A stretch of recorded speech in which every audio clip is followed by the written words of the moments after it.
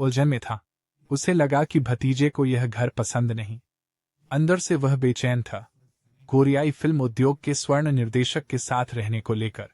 फिर भी निर्देशक बे के सानिध्य में, जिन्हें सिनेमा की परी गॉडमदर कहा जाता है, अगर यह उनका पिछला जन्म होता तो वह अपनी नौकरी छोड़कर भी उनका साथ देते। लेकिन यह जीवन अलग है। सर्दियों की छुट्टियों में मां की मदद न कर पाना मुश्किल होगा। इसलिए उसे जो शर्त पेश करनी थी वह योग्य होनी चाहिए, या फिर एक उचित आदान प्रदान, अभिनेता हो या कुछ और। यंगुक इस जीवन में अपने करियर के लिए अपनी मां को नहीं छोड़ सकते, और छोटे लड़के ने अपनी मां से वादा किया था कि वह खुश रहेगा। तो यंगुक की शर्त थी कि वह मार्गदर्शन में सितारा बने, सिर्फ कैमियो नहीं। उसकी शर्त उसके कानों में गूंजती रही, लगातार उसके मन में छाई रही। चाय के समय भी वह ध्यान नहीं दे पा रहा था। जिससे वह बात कर रहा था वह एक भतीजा था जो छोटी उम्र से निर्देशक के साथ था। हालांकि अतीत की बातें परेशान कर रही थीं, वे दोनों यंगुक की बात कर रहे थे। असल में वह व्यक्ति भी एक अभिनेता था जिसे निर्देशक घर लाए थे। उन्होंने उसे सिखाने की कोशिश की, लेकिन यह काम नहीं कर पाया। निर्देशक बे को यह बहुत ही यादगार लगा। तभी दूसरे व्यक्ति ने पूछा, क्या यंगुक में अभिनेता बनने की खूबियां थीं? और अभिनेता चुन ह्युंग ने निर्देशक से पूछा कि क्या वह बच्चा ध्यान के योग्य था। बूढ़े आदमी ने अपनी जलन को तुरंत प्रकट कर दिया। लेकिन दोनों ही निर्देशक के हाथों से निकले थे। चुन ह्युंग जिज्ञासु था कि क्या यंगुक में अधिक संभावनाएं थीं। अगर उसने फिल्म समारोह में वह फिल्म न देखी होती तो यह सवाल बेमतलब होता। बिल्कुल, उसने वह फिल्म देखी थी, इसलिए उसने यह सवाल पूछा। सीधे शब्दों में कहें, अगर चुन ह्युंग सिनेमा की उपजाऊ मिट्टी में बीज था तो वह बच्चा बंजर भूमि में बीज था। निर्देशक इसे इसी तरह देखते थे। इसके अलावा चुन ह्युंग अपनी चरम पर था, लेकिन बच्चे के भविष्य का कोई अंदाजा नहीं था। और निर्देशक को जंगली फूल पसंद है जो नहीं जानता कब गायब हो जाएगा। अगर वह अपनी जड़ें जमा लेता है तो वह उसे बै चांग हुन की फिल्म में स्टार बना देगा। सबसे पहले जब से निर्देशक बे को मास्टर कहा गया, किसी ने भी इतना आत्मविश्वास नहीं दिखाया। लेकिन इस बच्चे को छोड़कर उसे यकीन था कि लड़का जल्द ही आएगा। बंजर भूमि से एक लड़का सबसे सुंदर फूल बनेगा। वर्षों से वह ऐसे किसी की खोज में था, एक बच्चा जो सब कुछ सहकर बढ़ता है। उस समय यंगुक मछली बाजार लौट आया था।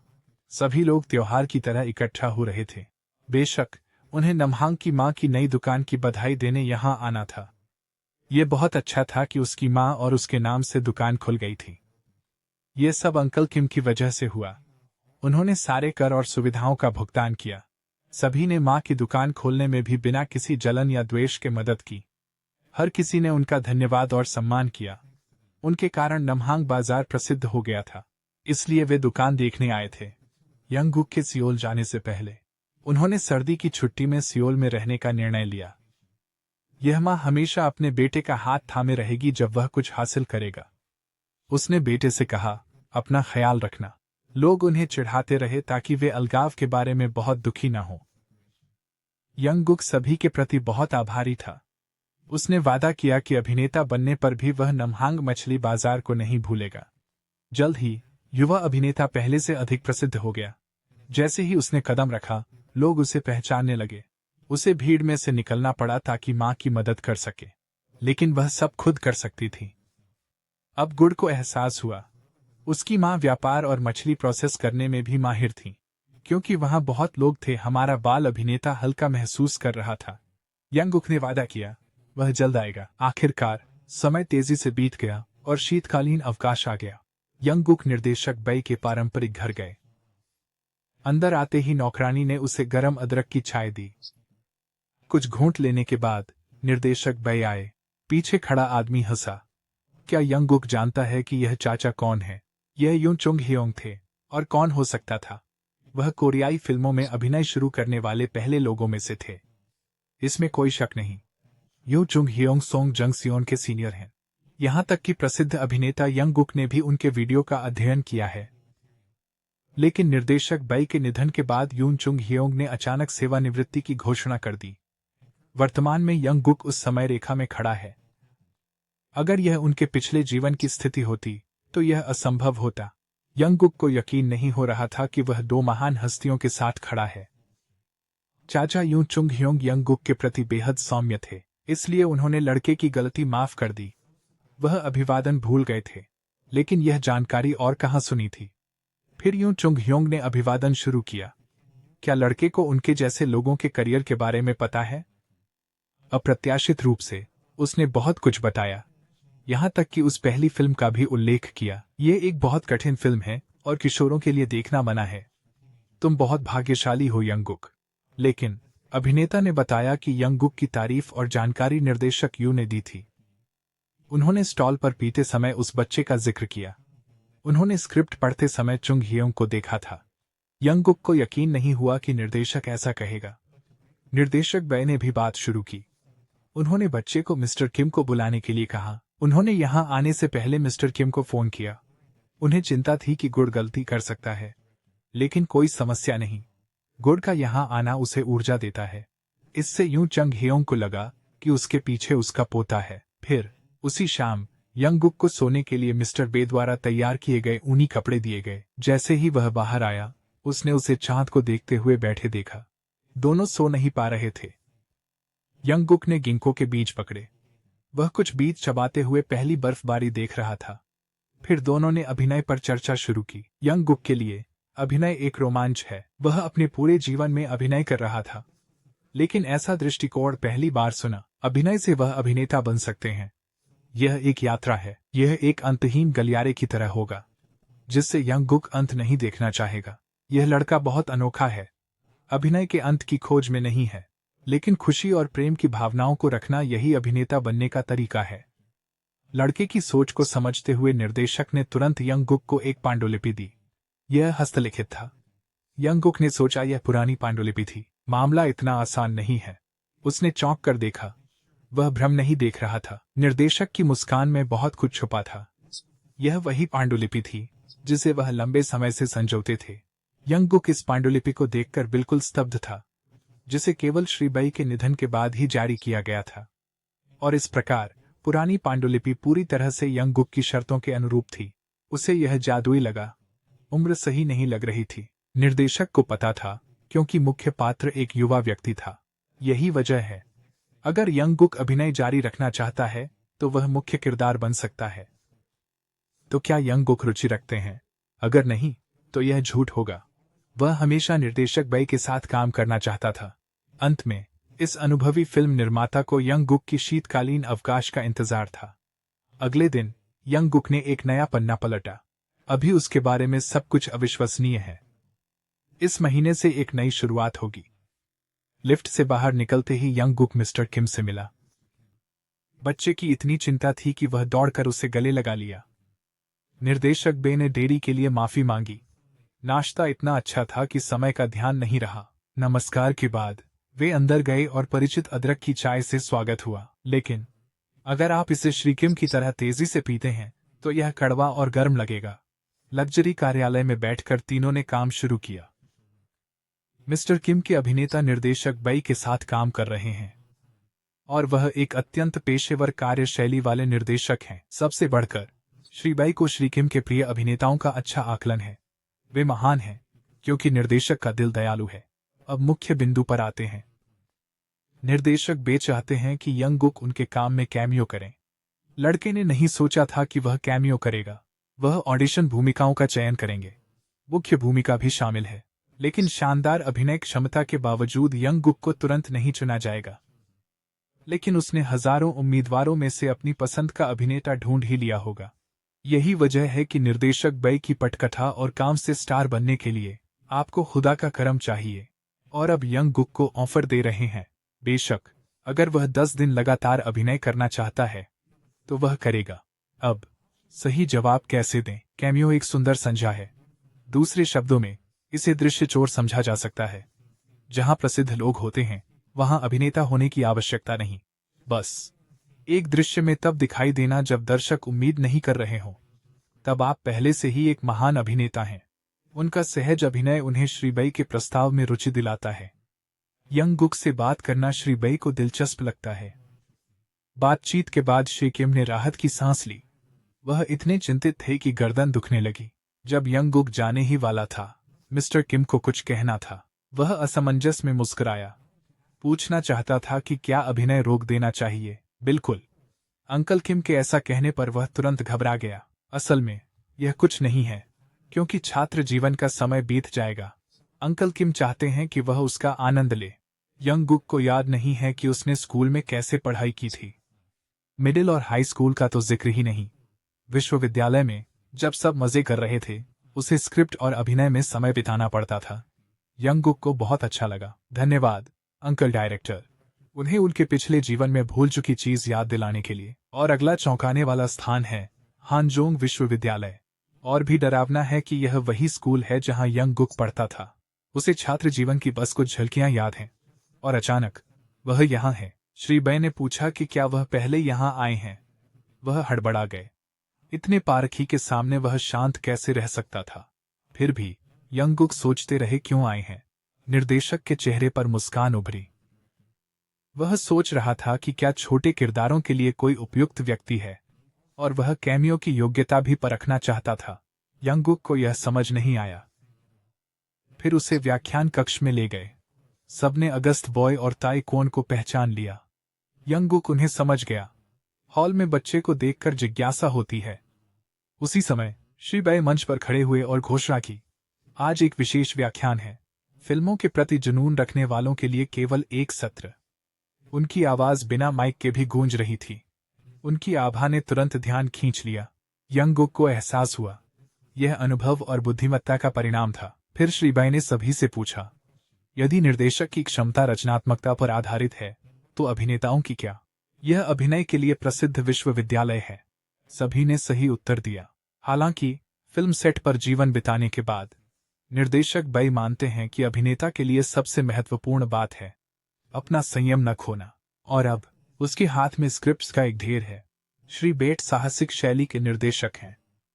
निर्माता के तौर पर अभिनेता का करियर निर्देशक के लिए महत्वपूर्ण नहीं होता, क्योंकि वे एक अभिनेता की उत्कृष्टता और सफलता के साथ साथ बल्कि एक नया अभिनेता भी। उसी समय उसके हाथ में जो सीन है वह हाल ही में निर्देशक द्वारा तैयार किया गया है। यह कैमियो नहीं है, क्योंकि किसी ने पहले ही इसे निभाया है। अगर कोई इसे निभाने में आत्मविश्वासी है तो वह बिना हिचकिचाए निभाने देगा। पूरे हॉल ने जोर से ऑडिशन के लिए स्वेच्छा जताई। अब यंगगुक समझ गया।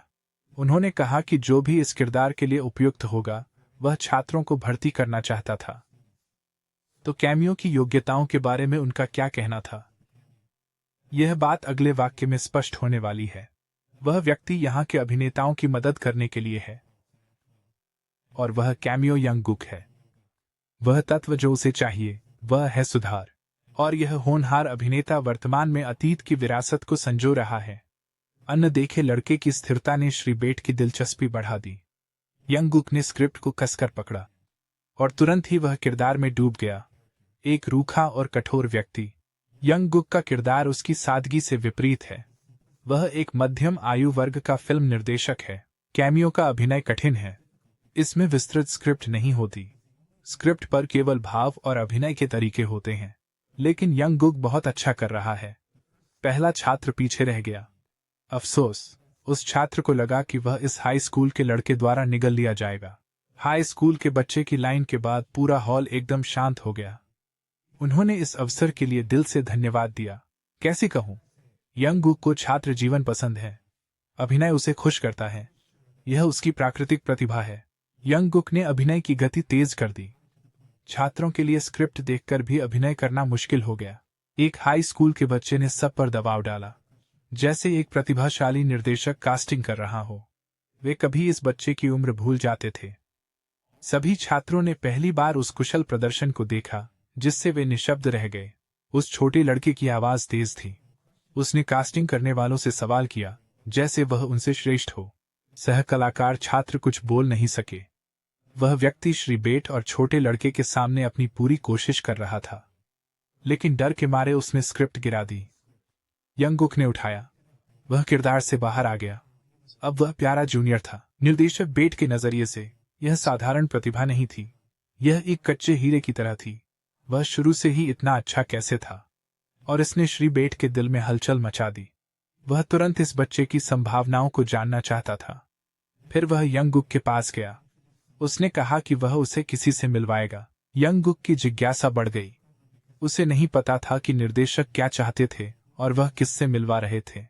कुछ समय बाद सर्दियों की छुट्टियां बर्फ की चादर से ढकी हुई थीं। यंगगुक ने निर्देशक के साथ फिल्म क्रू को जल्दी अपना लिया। क्रू को लगा जेबेट ने देर से शादी की, फिर उनका बच्चा हुआ। हालांकि उसे पसंद था। निर्देशक ढू को चिंता थी कि क्या इस बच्चे ने कई फिल्मों में अभिनय किया है।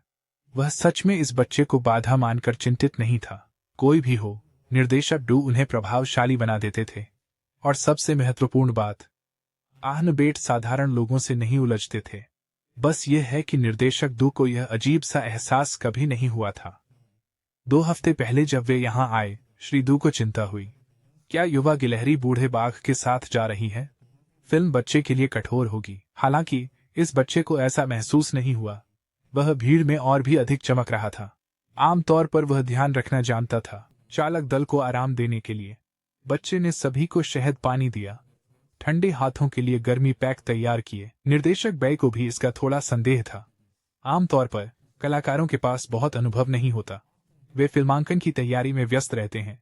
लेकिन यंगगुक अलग था। वह आत्मविश्वास से सेट पर आता और कर्मचारियों की परवाह करता। लेकिन निर्देशक दो यह सोच रहे थे, क्या त्यान बोआई ने पहले ही बच्चे को चुना था? उसे विश्वास तो था, पर चिंता थी कि पारंपरिक महाकाव्य बना पाएंगे या नहीं।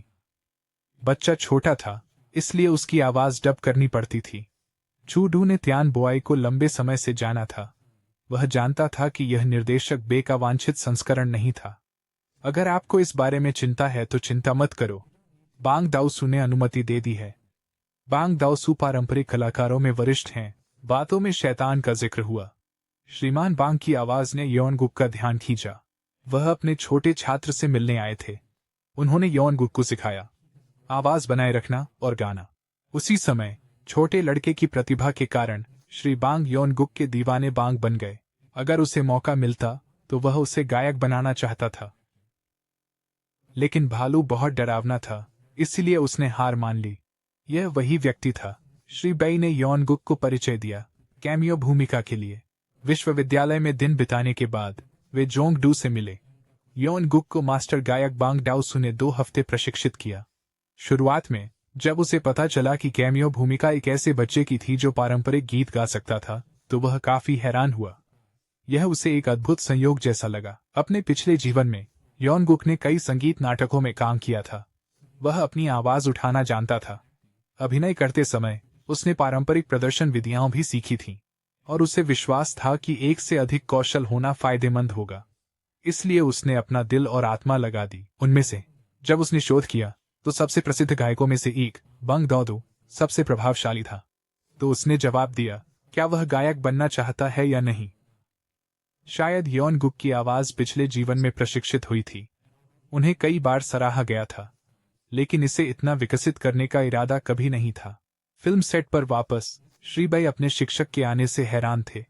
उन्हें कट सीन में आना पसंद नहीं था। यंगगुक को लगा कि इनके बीच कोई पुरानी दुश्मनी है। वैसे क्या यंगगुक को पता था कि वे आज क्या करेंगे? उन्होंने शिक्षक के प्रश्न पर थोड़ा सोचा। सूरज की स्थिति के आधार पर ऐसा लगता है कि धूप दाईं ओर से आएगी, इसलिए बाईं ओर से कैमरे को चमकाना आदर्श होगा। आज श्री बै ने यंगगुक से चाहा कि वह बाहरी दृश्य की तरह अभिनय करे, चाहे बाहरी शोर हो। अपने पोते से बात करते हुए वह गर्व से हंसे। वह हमेशा जल्दी सीखता है। ऐसा लगता है कि दिलचस्पी मिलने पर केवल यंगगुक ही उत्साहित नहीं होते। यंगगुक के दिल में भी थोड़ी घबराहट थी। बच्चे का चेहरा देखकर मिस्टर बै ने उसे कहा, घबराओ मत, क्योंकि इस बूढ़े ने तुम पर विश्वास किया है। इसका मतलब तुम में काबिलियत है। लेकिन अचानक वह कांप उठा। यंगगुक भ्रमित हो गया। यह तो पक्का है, क्योंकि इस समय उसकी ऊर्जा असीमित लग रही है। अब पीढ़ी अभिनय के लिए तैयार हो जाओ। यंगगुक ने नाक ढकी। अंग से शिकायत की, उन्हें यहाँ से गुजरना है। दुर्भाग्य से यही वह चाहते थे। इस जगह पर वे जितना चाहें गा सकते हैं, लेकिन यंगगुक को यहाँ कोई दिखाई नहीं दे रहा है। अंग ने अपने प्यारे पोते को समझाया कि भले ही यहाँ कोई व्यक्ति न दिखे, इसका मतलब यह नहीं है कि कोई सुन नहीं रहा, भले ही सड़कों और जंगल में भीड़ हो। प्रकृति का एक छोटा सा हिस्सा ही है। उस झरने को देखो, यह गरजता है, फिर शांत हो जाता है, पक्षियों की हवा थम जाती है। तो अब सब कुछ आसपास का दर्शक होगा। निर्देशक 2 फिल्म बनाते समय महसूस कर रहे थे। निर्देशक बेट के विचारों को समझना कठिन था। कैमियो अचानक प्रकट होता है, फिल्म के बीच में कट जाता है, इसका क्या असर होगा? उसे यकीन था। निर्देशक बेटे जानते थे यह दृश्य बेकार था, सारी मेहनत व्यर्थ गई। ढोल की आवाज गूंज रही थी। अब चलो पहाड़ों और जंगलों के बीच में थोड़ा मनोरंजन करें। अचानक निर्देशक दो ने देखा, एक लड़का प्रकृति के बीच गाने और अभिव्यक्ति से प्रभावशाली दिखता है। कुछ दिनों बाद यंग गुक की सनगान एंटरटेनमेंट में एक नियुक्ति थी। आज उनकी गाइड वह अप्रिय महिला थी जो अगस्त बॉय फिल्म में थी। अब वह उन्हें मनोरंजन कंपनी से अवगत करा रही थी, क्योंकि वे लगभग परिवार ही थे। अभिनेता की फिल्म उपलब्धियों के सारांश बोर्ड पर वहां बेटी का काम भी था, अगस्त बॉय। फिर अचानक अभिनेत्री पार्क को याद आया। उन्होंने यंग गुक से पूछा, क्या वह साल के अंत के पुरस्कार समारोह में आ रहे हैं? अगस्त बॉय ने केबीसी पर सबसे उच्च रेटिंग्स हासिल की, इसलिए यंग गुक को शामिल होना पड़ा। निमंत्रण पहले ही भेजा जा चुका था। बेट्टी को यकीन था कि वह पिछली बार की पोशाक नहीं पहनेगा, बस सुनिश्चित कर रही थी। लेकिन वैन में आने की सख्त मनाही थी। अगर उसने ऐसा फिर किया तो वह उसे एक हफ्ते तक दौड़ाएगी। सौभाग्य से मिस्टर किम समय पर आ गए। उसने पूछा, युवा व्यक्ति निर्देशक बेट्टी के घर कैसे रह रहा था? यंग गुक के लिए सब आरामदायक था। वह बहुत कुछ सीख रहा था।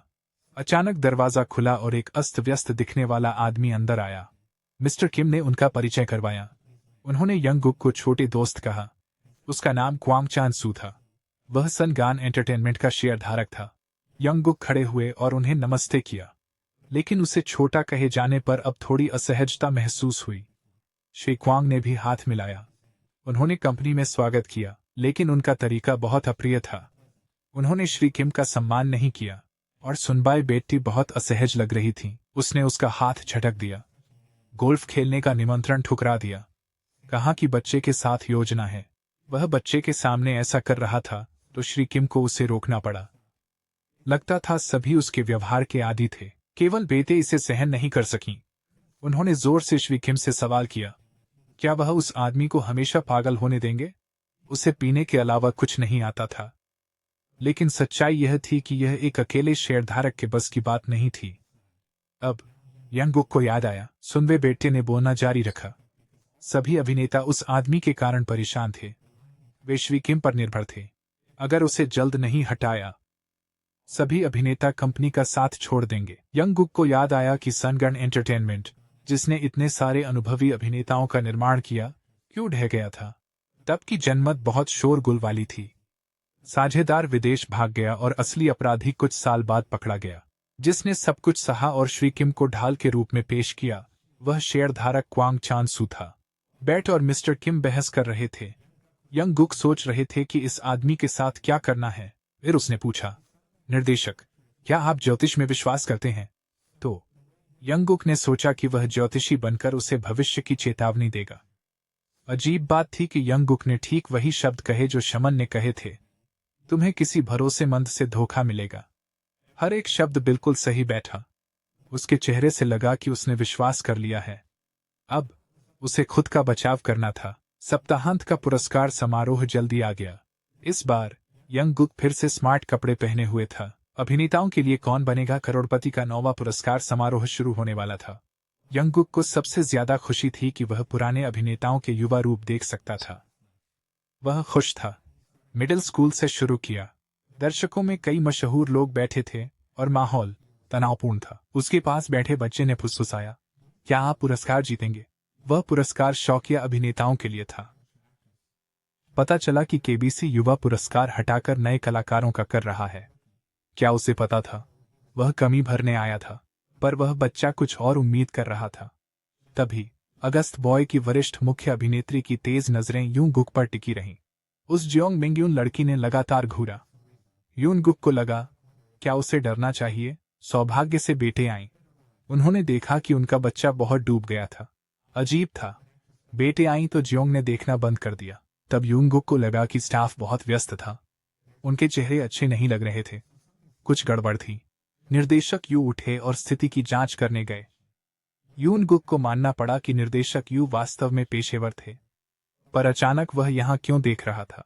युवक पूरी तरह से उलझन में था।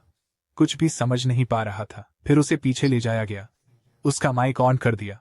वह सोचने लगा, यह कैसे हुआ। फिर वह सोचते हुए मेकअप कराने लगा, यह कैसे हुआ। यह पता चला कि निर्धारित गायक की तबीयत ठीक नहीं थी और क्योंकि इस समय टीवी स्टेशन पर यह लाइव प्रसारण था, वे कोई विकल्प नहीं ढूंढ पाए। और अब ऐसा हुआ क्योंकि निर्देशक यूं जानते थे कि वह पारंपरिक संगीत गा सकते हैं, लेकिन पारंपरिक और पॉप संगीत अलग होते हैं सर। यून गुक ने कहा, अगर मैं पारंपरिक संगीत गाऊंगा तो यह अंतिम संस्कार जैसा लगेगा।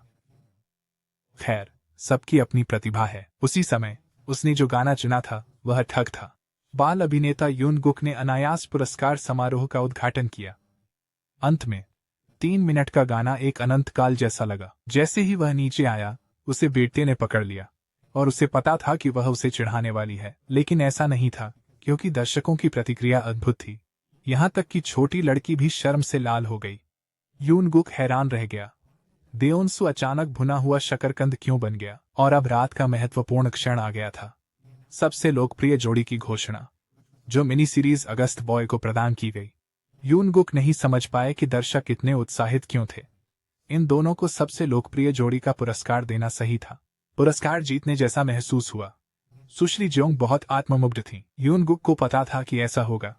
उसे वह घमंडी भाव पसंद नहीं आया और इस साल के जोड़ी पुरस्कार के विजेता का खुलासा हो चुका है। अभिनेत्री जियोंग नाम पुकारे जाने से पहले ही खड़ी हो गईं, लेकिन यून गुक का नाम देओन्सु के साथ पुकारा गया। हर कोई चौंक गया, जिसमें मुख्य पात्र भी शामिल थे। उसी समय शांत समुद्र तटीय गांव में एक खास आयोजन भी चल रहा था। सभी ग्राम प्रधान के घर पुरस्कार समारोह देखने इकट्ठे हुए और इसी क्षण यून गुक की मां ने अपार खुशी के साथ अपने बेटे का नाम घोषित होते देखा। सब चिल्ला रहे थे, खुश हो रहे थे। यून गुक सारे पुरस्कार जीतेंगे, बाकी लोग ईर्ष्या से चुप रह जाएंगे।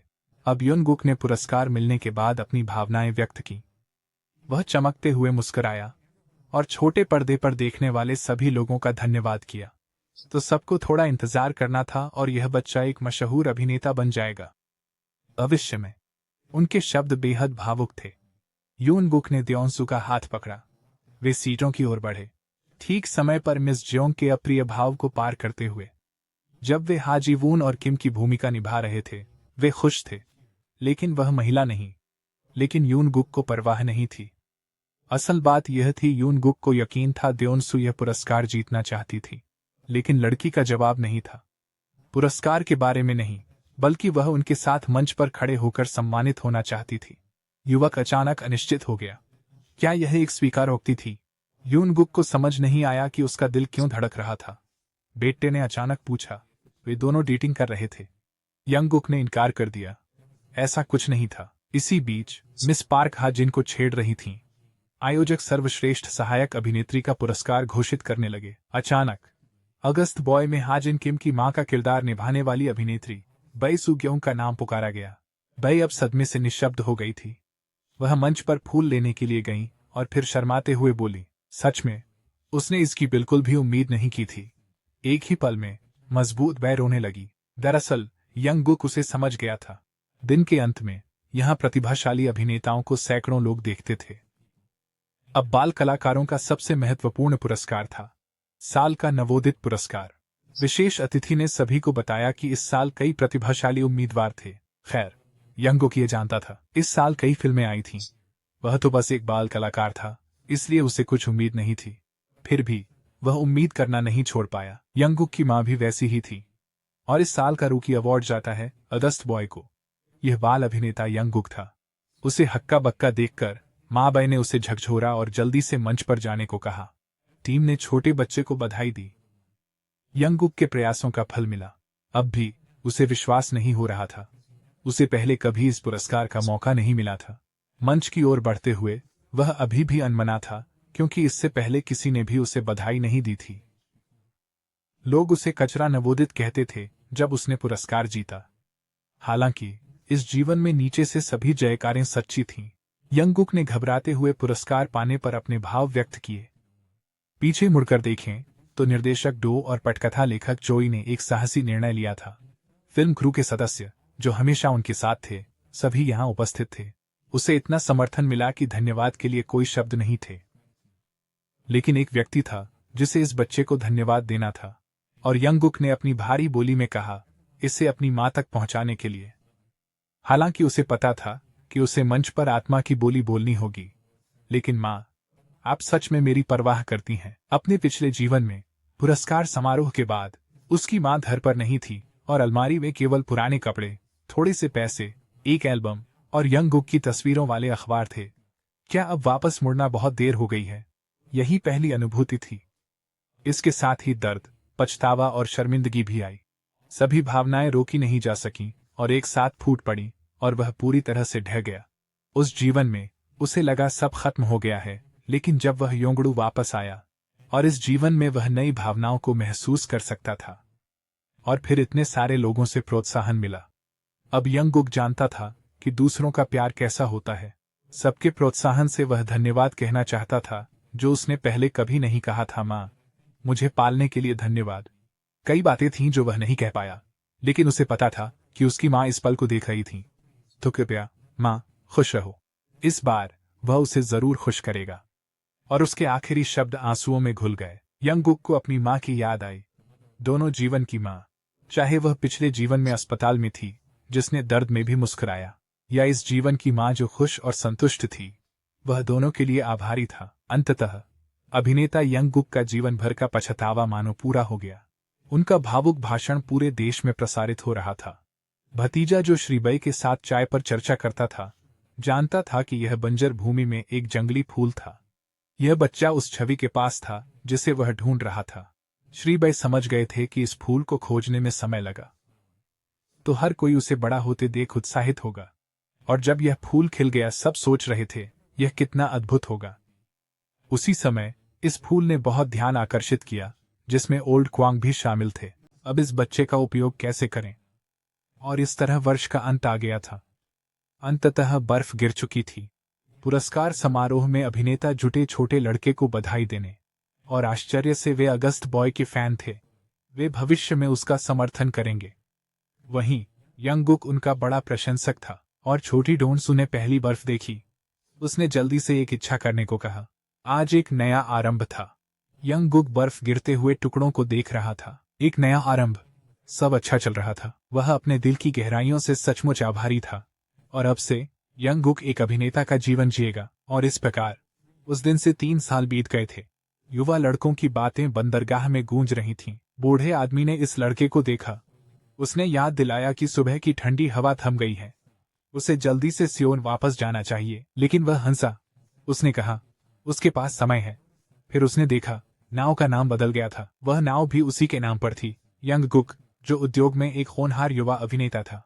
बूढ़े आदमी ने कहा कि वह बहुत जल्दी बड़ा हो गया है। डरने की कोई बात नहीं थी, क्योंकि यंगुक एक प्रसिद्ध अभिनेता बनेगा।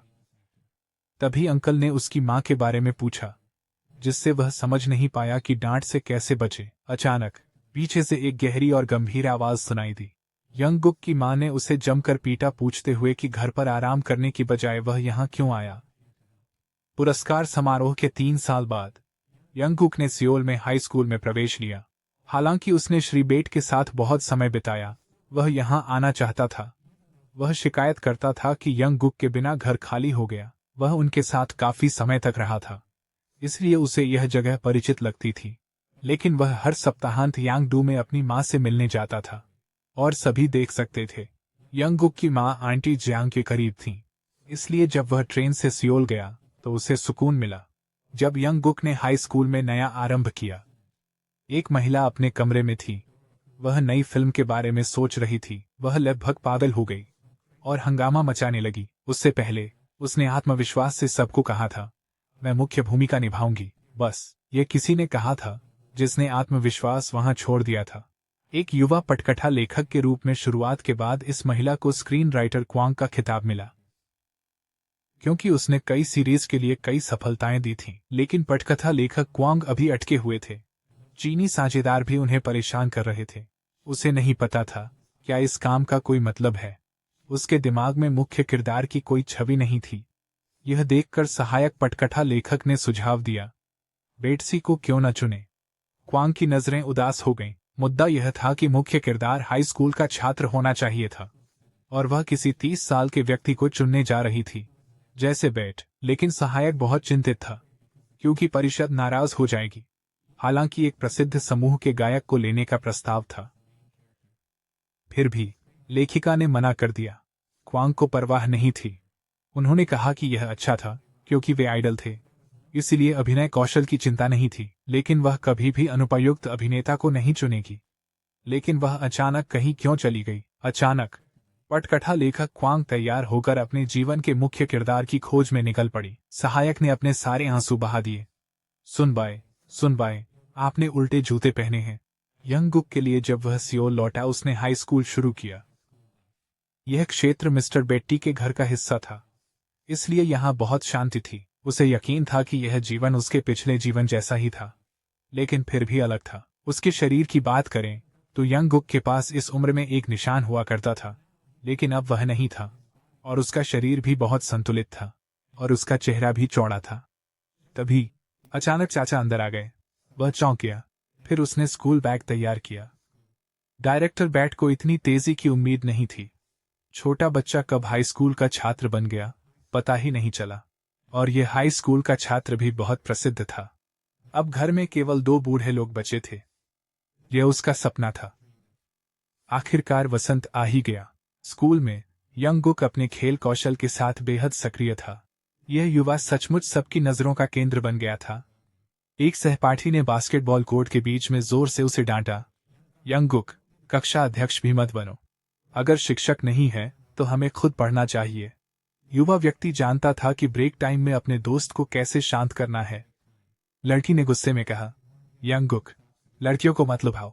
और अब यह हास्यास्पद था कि मध्यावधि के बाद भी उन्हें परीक्षा पत्रों में सिर गाड़ना था। और वह यहाँ शिक्षकों के कहने पर आई थी। उसे बास्केटबॉल कोर्ट के पास की बेंच पर जाने को कहा गया था। छोटी ने सुना कि इस स्कूल की एक पूर्व छात्रा, जो अब टीवी स्टेशन पर काम करती थी, ने यंगगुक से मिलने का अनुरोध किया था। इस भोले लड़के को समझाने के लिए कि क्यों उसे चुना गया था, यह इसलिए था क्योंकि उसने उस टीवी स्टेशन पर अच्छा प्रभाव डाला था। इस उपाधि ने इस कैमियो को गर्व महसूस कराया। वह उपनाम डरावना था। फिर जब सहपाठी को पूछने की अनुमति मिली तो उसने तुरंत पूछा, यंगगुक ने पढ़ाई के दौरान फिल्मों में हिस्सा क्यों नहीं लिया? यह श्री किम की याद दिलाने का नतीजा है।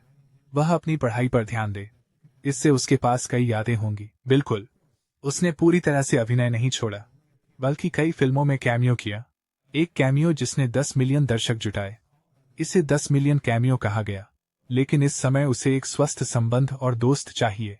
यह किसी झूठी रिपोर्ट जैसा नहीं है, बल्कि एक सच्ची रिपोर्ट है। उसे निर्देशक किम के प्रति सच्चाई दिखानी होगी। कभी कभी अभिनेता भूमिकाएं ढूंढते हैं, कभी कभी भूमिकाएं उन्हें ढूंढ देती हैं। लड़की को बात का हिस्सा सुनना था, लेकिन अब वह नहीं है। वैसे भी यंगगुक को अपनी कहानी में दिलचस्पी हुई। वह शर्माकर बार बार समझाने लगी, क्या ऐसा हो सकता है कि उसकी माँ अगस्त बॉय की फैन है, इसलिए उसे यह देखना पड़ा। यंगगुक हंसा। उसने उसे और नहीं छेड़ा। दोपहर बाद सीनियर से मिलना है, उसका मार्गदर्शन करना है। मगर अभिनेता की आकर्षक सूरत में वाकई जबरदस्त खिंचाव है। उस निर्देशक की बात करें, वह मुख्य किरदार ढूंढने के लिए दृढ़ है। उसकी इच्छा तब पूरी हुई जब गेंद उसकी ओर आई। अगर वह नहीं रोकेगी तो चेहरा खराब हो जाएगा। सौभाग्य से एक लड़के ने गेंद रोक ली और उसे बचा लिया। उसने बच्चों को सावधान रहने की याद दिलाई।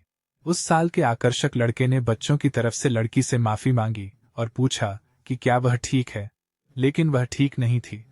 इसलिए वह $1 मिलियन आदमी के पैरों के पास बैठ गई।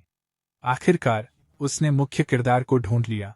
स्कूल के बाद यंगगुक की अगस्त बॉय की मां से मुलाकात है, और सटीक रूप से सिस्टर बैट।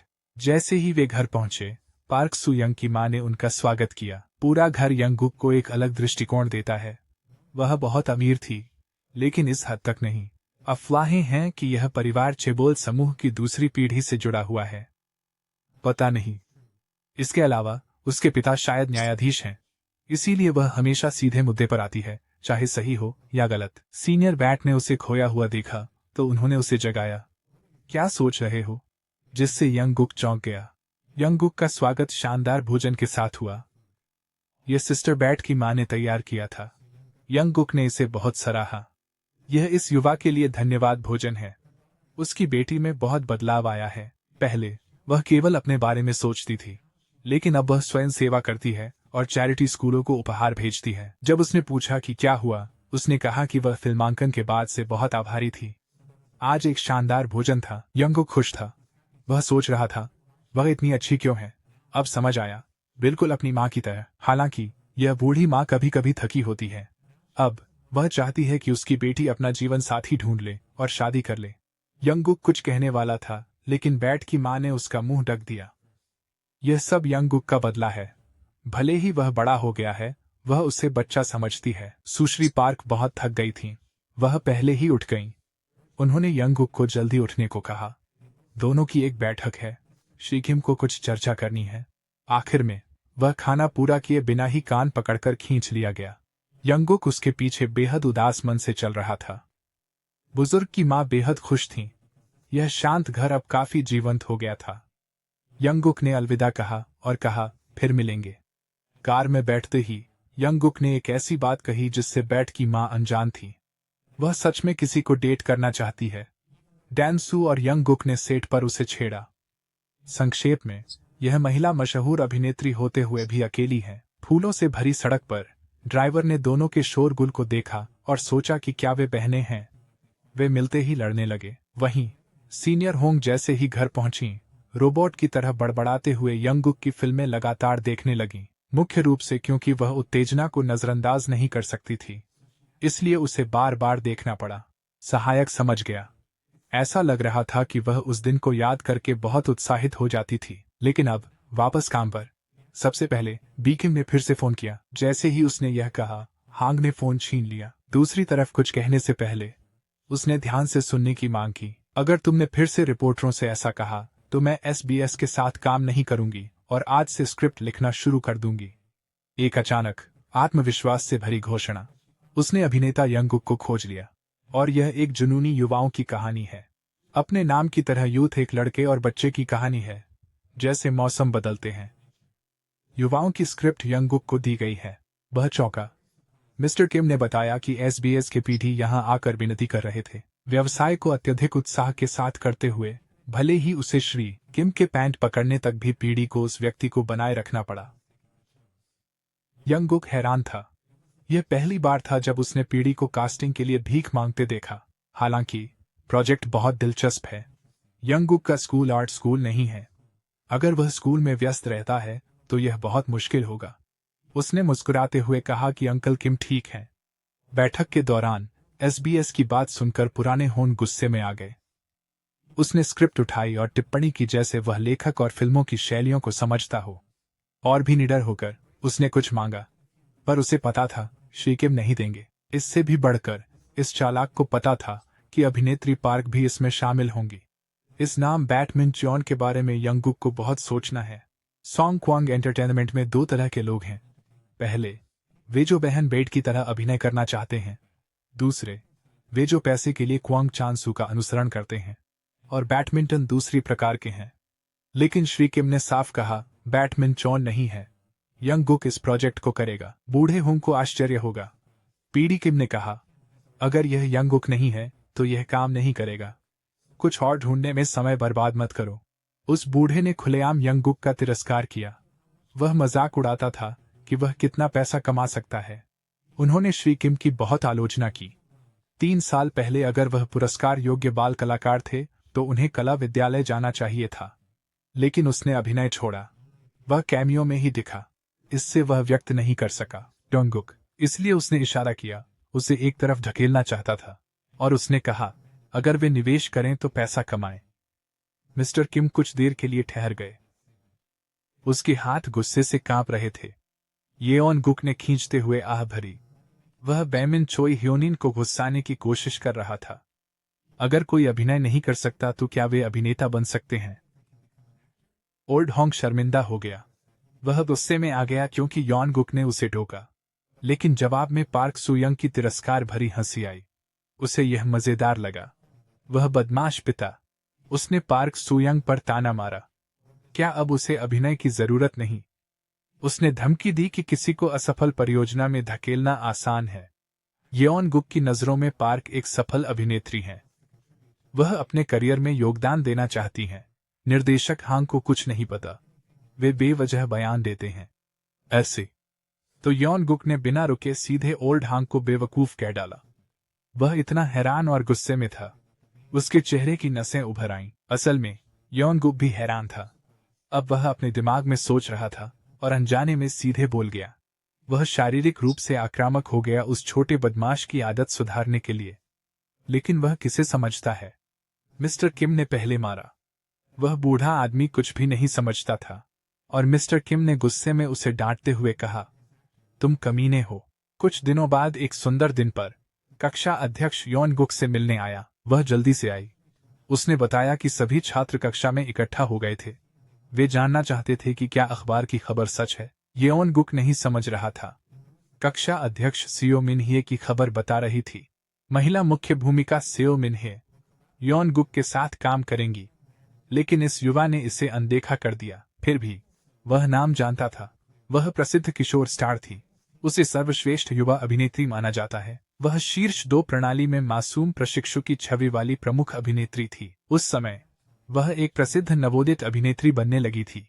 इसी कारण से कई अफवाहें हैं कि मुख्य अभिनेता के साथ उसका रिश्ता खराब है और शायद सभी को लगता है वह चुना गया। सही है। इस समय कक्षा अध्यक्ष ने स्क्रिप्ट निकाली।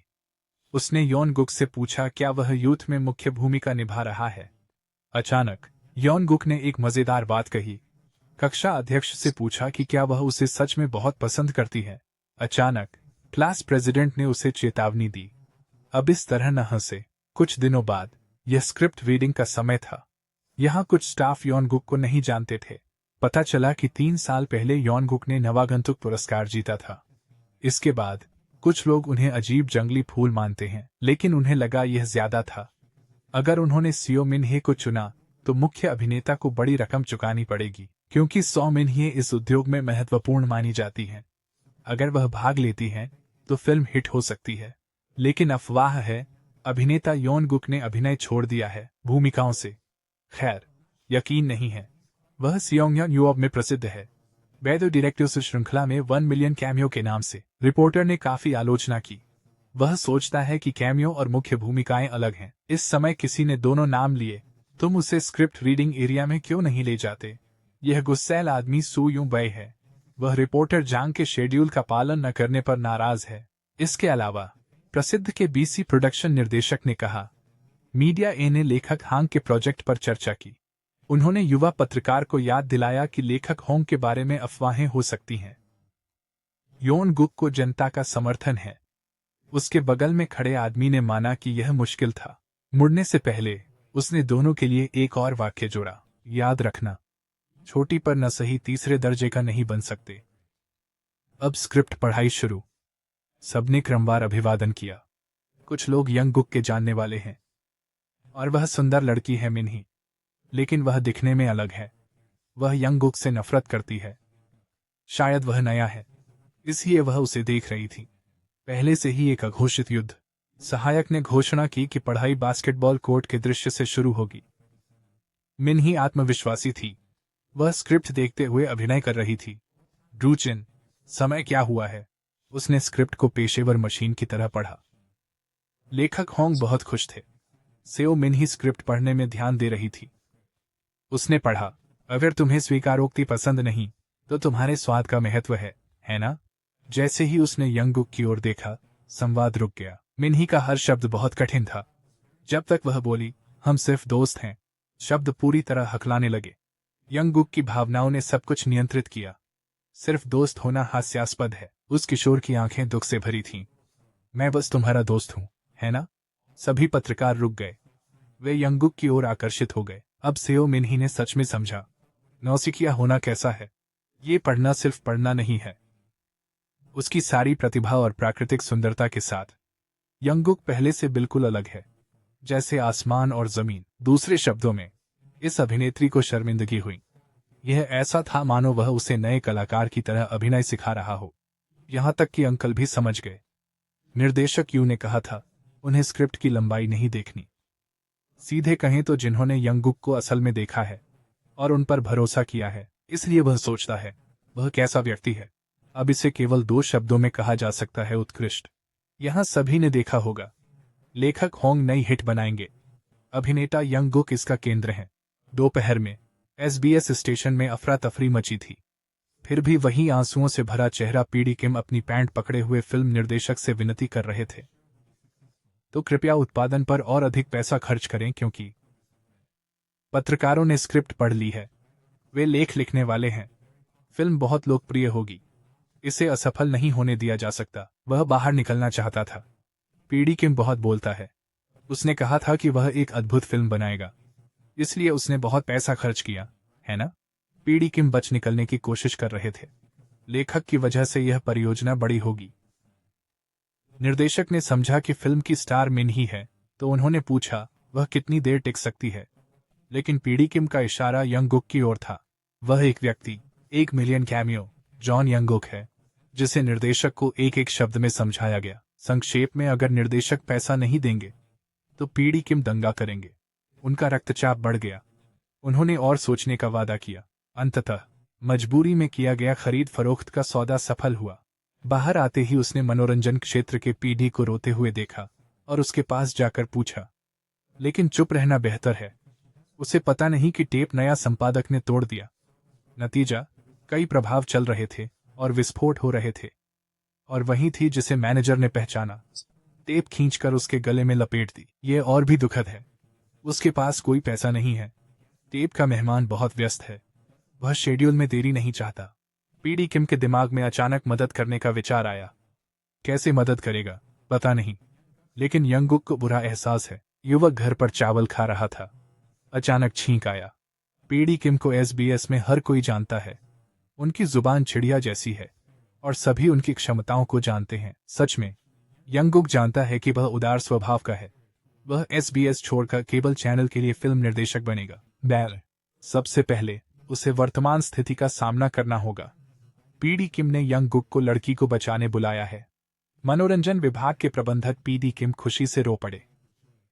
यंगगुक का सामना करते हुए उसे यकीन है उसका करियर बच गया है। तो यंगगुक ने फिल्मांकन से पहले साक्षात्कार का सुझाव दिया।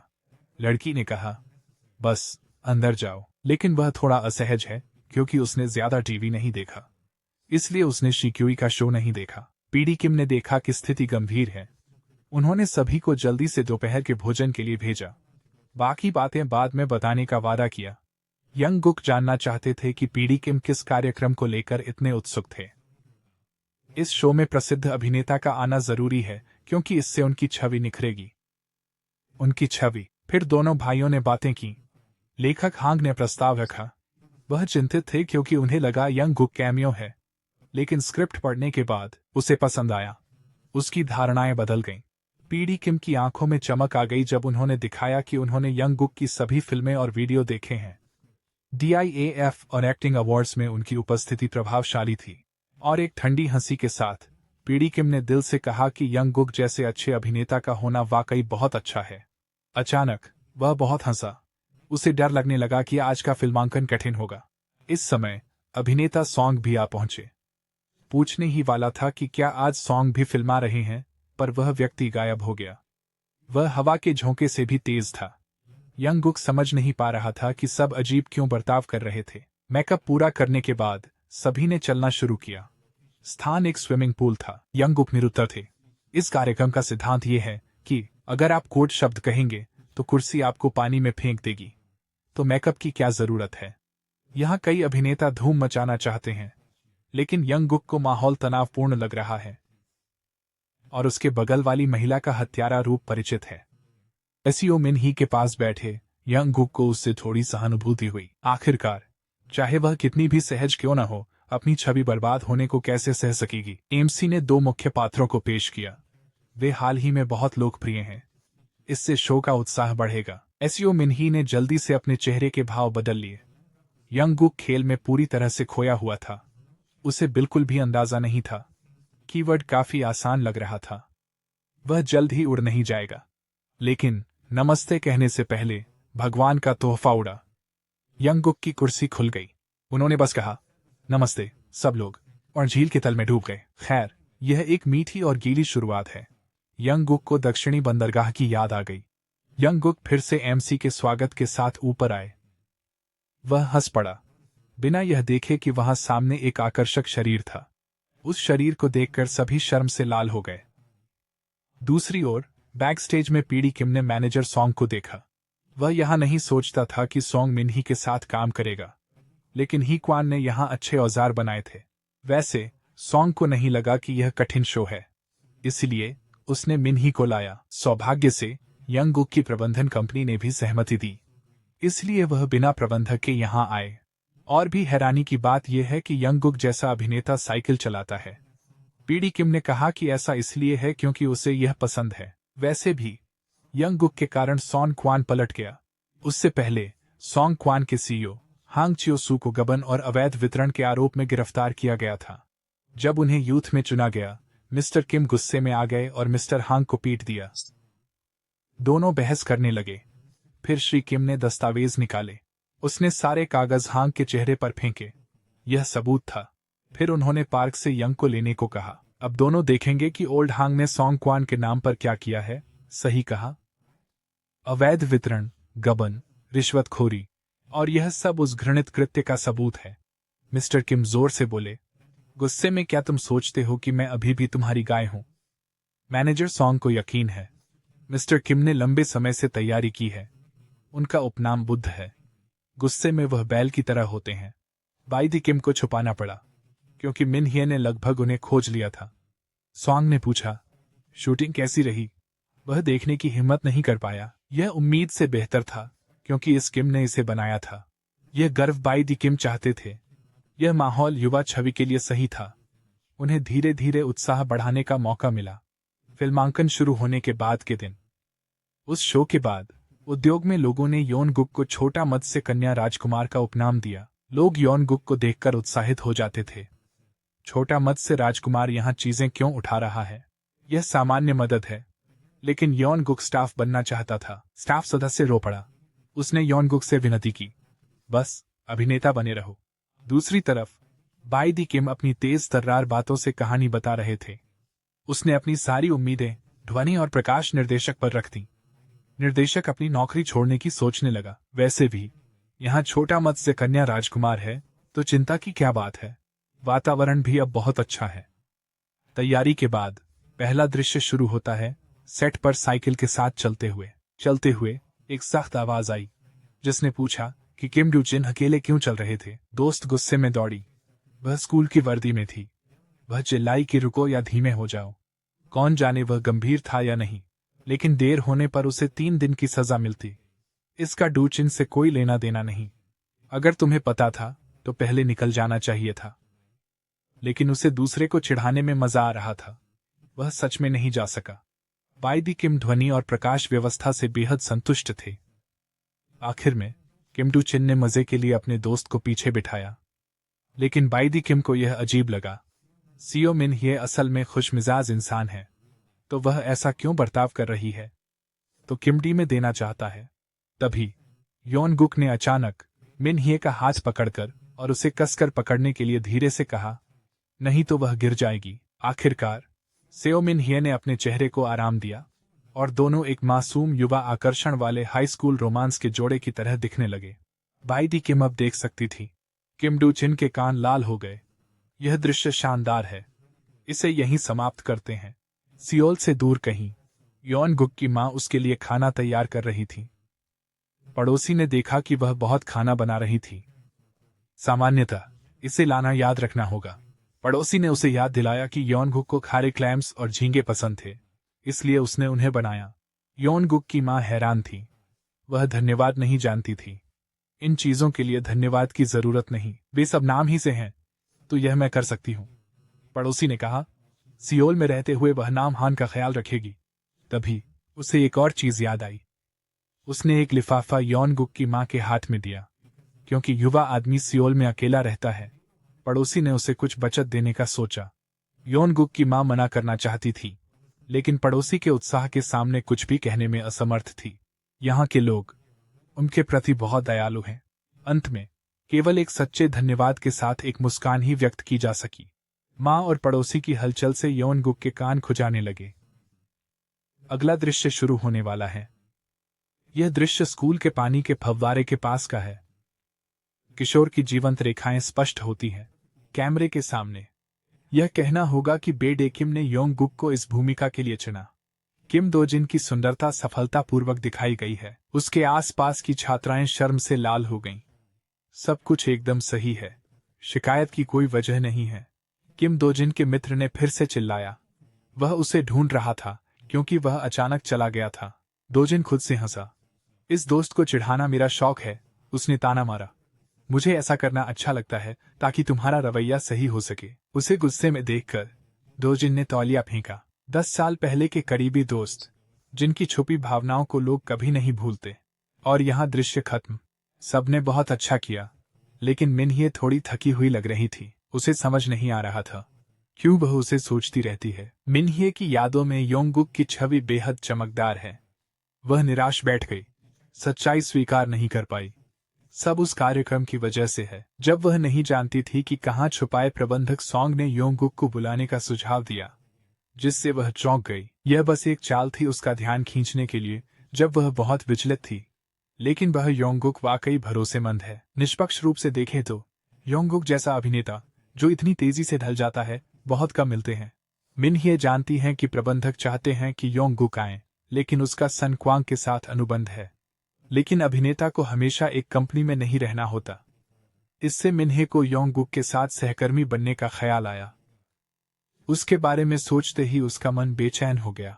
सब कुछ अब रुकना चाहिए, चेहरा लाल होने से पहले। इस युवा व्यक्ति के लिए यह पहला प्यार है और वह अपनी सच्ची भावनाओं को स्वीकार नहीं कर पा रही है। कच्ची फिल्म जल्दी SBS के संपादन कक्ष में लाई गई। बे डे किम का मुंह बंद ही नहीं होता। संपादक उसे सिल देना चाहता है। उसने बीफ खरीदने का वादा किया था, लेकिन उसे नहीं चाहिए। आपको संपादन का बहुत अभ्यास करना होगा ताकि लोग निर्देशन छोड़ न दें। उसके पास तो बस कुछ ही बाल बचे हैं। तुम उसे ओवरटाइम काम करने के लिए धकेलते रहते हो। और वह चिड़चिड़ी हो गई। उसने बे डे किम से पूछा, क्या वह सब कुछ पहले भाग में ठूंसना चाहता है? बे डे किम ऐसे हैं जो गालियां और डांट अनदेखा करते हैं।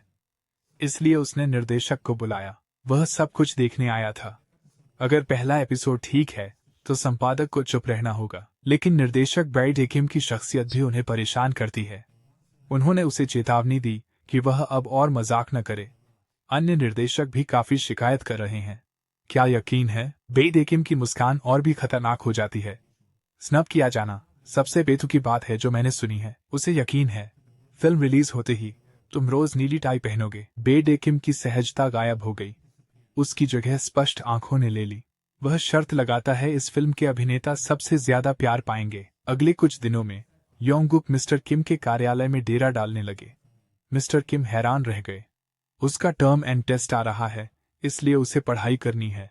सुन क्वांग में तूफान के गुजरने के बाद सभी ने राहत की सांस ली। इससे योंगगुक जब चाहे अध्यक्ष के कार्यालय में रह सकता था। श्री किम ने लड़के से पूछा, क्या वह हनयूक विश्वविद्यालय जाएगा? योंगगुक बिना कुछ कहे मुस्कुराया, जो यह साबित करता था योंगगुक हमेशा अपने लक्ष्यों को ऊंचा रखता है। वह चाहता है कि उसकी माँ उस पर गर्व करें। तभी श्री किम को याद आया कि योंगगुक की माँ कल आ रही हैं। उन्होंने उन्हें फिल्म सेट का दौरा कराने का सुझाव दिया। वह हिचकिचा रहा था। क्या यह ठीक है? योंगगुक पहली बार अपनी माँ को अपना अभिनय दिखा रहा है। मिस्टर किम समझ नहीं पाए। क्या कुछ गलत है? बस वह शर्मीला है। यह पहली बार है जब उसकी माँ उसे देख रही है। मिस्टर किम ने उसे प्रोत्साहित किया। तुम्हारी माँ बस मिलने आ रही हैं।